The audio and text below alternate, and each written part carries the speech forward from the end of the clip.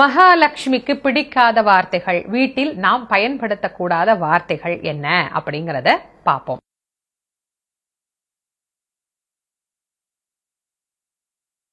பொதுவா வீடுகள்லையும் சரி, நாம வியாபாரம் பண்ணக்கூடிய இடங்களிலும் சரி, நாம பேசக்கூடிய வார்த்தைகள் அப்படிங்கிறதுக்கு ரொம்பவே வலிமை இருக்கு. நம் வாயிலிருந்து ஒரு வார்த்தை வந்து விட்டது அப்படின்னு சொன்னா அந்த வார்த்தையின் பலனை நாம் அனுபவித்தே ஆக வேண்டும் அப்படிங்கிறது நியதி. அதனாலதான் பெரியவங்க சொல்லுவாங்க, ஒரு வார்த்தை வெல்லும், ஒரு வார்த்தை கொல்லும் அப்படின்னு சொல்லுவாங்க.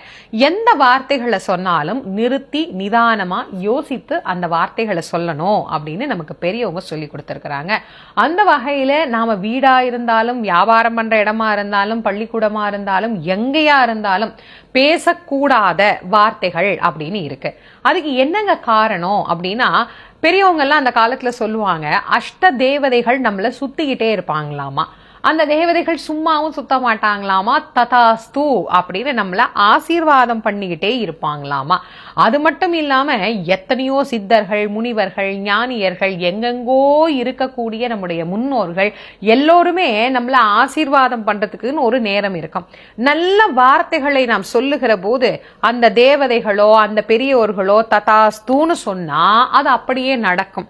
இப்போ நீங்க ஒரு கெட்ட வார்த்தை சொல்றீங்க அப்படின்னா அந்த நேரத்துல ததாஸ்துன்னு சொல்லிட்டா அதுவும் நடந்துவிடும். அப்படிங்கறதுனாலதான் பெரியவங்க அந்த காலத்துல என்ன சொல்லுவாங்க, இந்த அஷ்ட தேவதைகளுக்கு பயந்து நாம நல்ல வார்த்தைகளே தான் சொல்லணும், அமங்கலமான வார்த்தைகளை பேசக்கூடாது அப்படின்னு சொல்லி இருக்கிறாங்க. அதுல முதல்ல எங்கேயுமே சொல்லக்கூடாத வார்த்தை என்ன அப்படின்னு பாத்தீங்கன்னா, இல்லை அப்படிங்கிற வார்த்தையை பயன்படுத்தக்கூடாது.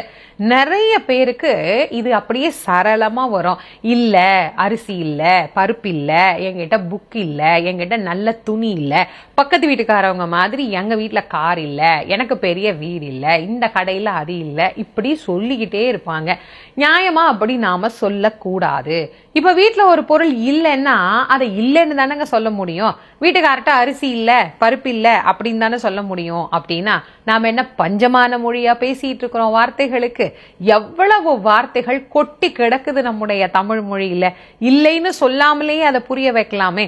நாளைக்கு சாப்பாட்டுக்கு நெய் வேணும், அரிசி வாங்கிட்டு வாங்க, காய்கறி ஆயிடுச்சு வாங்கிட்டு வாங்க, எவ்வளவு அழகா சொல்றதுக்கு எவ்வளவு வார்த்தைகள் இருக்கு. அதனால இல்லை என்கின்ற சொல்லை தவிர்க்கணும்.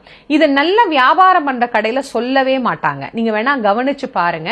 நல்ல வியாபாரம் பண்ணக்கூடிய இடத்துல நம்ம கேட்கிற ஒரு பொருள் இல்லைன்னா கூட உடனே என்ன தெரியுமா சொல்லுவாங்க, இந்த இப்பதான் பையன் சரக்கு எடுக்க போயிருக்கிறாங்க, ஒரு மணி நேரம் ஆகும், நான் வேணா வந்தது வீட்டுக்கு கொடுத்து விடட்டுங்களா, நாளைக்கு வந்துருமா இந்த சரக்கு, நாளைக்கு வரும்போது நீங்க வாங்கிக்கங்க, இப்போ இன்னைக்கு ஒரு நாளைக்கு கொஞ்சம் அப்படியே ஏதோ கொஞ்சம் பார்த்து சமாளிச்சுக்கங்கன்னு சொல்லுவாங்களே தவிர இது எங்க கடையில இல்ல அப்படின்னு சொல்லவே மாட்டார்கள். அதனால இந்த இல்லை அப்படிங்கிற வார்த்தையை நாம எங்கேயுமே பயன்படுத்தக்கூடாது. அடுத்தது பாத்தீங்க அப்படின்னா, பல பேர் ரொம்ப சுலபமா கோவத்துல குழந்தையோ பெரியவங்களையோ திட்டும் போது சனியனே அப்படின்னு திட்டுவாங்க.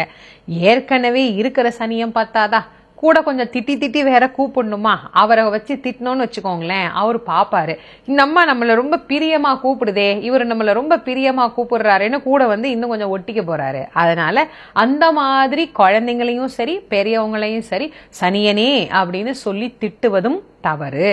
அதையும் நாம திருத்திக்கணும். அதுக்கப்புறம் இந்த குழந்தைங்களை திட்டும் போது நீங்க பாத்தீங்க அப்படின்னா, அது சரியா படிக்கலன்னு வச்சுக்கோங்களேன், சாதாரணமா எல்லாருமே சொல்ற ஒரு விஷயம்தான், நீ எல்லாம் படிக்கிறதுக்கு லாயக்கே கிடையாது, நீ மாடு மேய்க்க தான் லாயக்கு, கடைசியில பாரு மாடு மேய்ச்சாதான் உனக்கு புத்தி வரும் அப்படின்னு சொல்லுவோம்.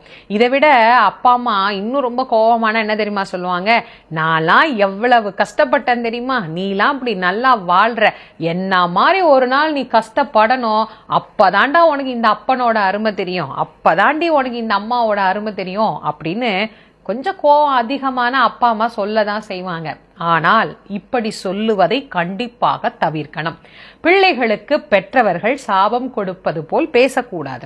கிராமத்துல ஒரு பழமொழி சொல்லுவாங்க, பெத்தவங்க சாபம் பிள்ளைங்களை ஒன்னும் பண்ணாது அப்படின்னு சொல்லுவாங்க. ஏன்னா அவங்க உண்மையாவே கோவப்பட்டு சொல்றது கிடையாது, பிள்ளைங்க திருந்தனுமே அப்படின்னு சொல்றது.